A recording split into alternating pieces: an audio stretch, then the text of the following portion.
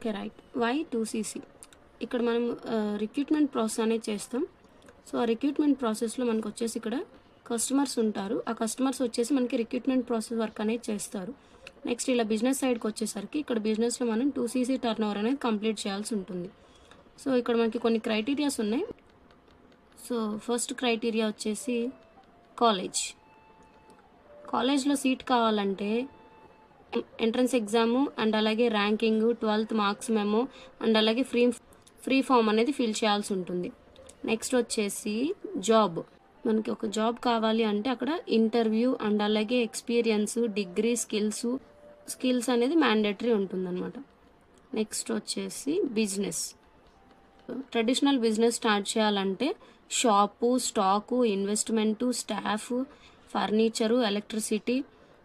మరి ఫరెవర్లో 2CC ఎందుకు అంటే సింపుల్, ఇక్కడ కస్టమర్ని రిక్రూట్ చేయాలి అండ్ అలాగే బిజినెస్ బిల్డ్ చేయాలి. Next 2CC turnover complete చేస్తే గ్రోత్ ఆటోమేటిక్గా ఉంటుంది. No shop tension and no heavy investment, no staff headache. System already రెడీగా ఉంది. కాలేజ్లో ఎంట్రీ కోసం కాంపిటీషన్, జాబ్లో సివిరియల్ కోసం ప్రెషర్ అండ్ అలాగే ట్రెడిషనల్ బిజినెస్లో లాస్ రిస్క్.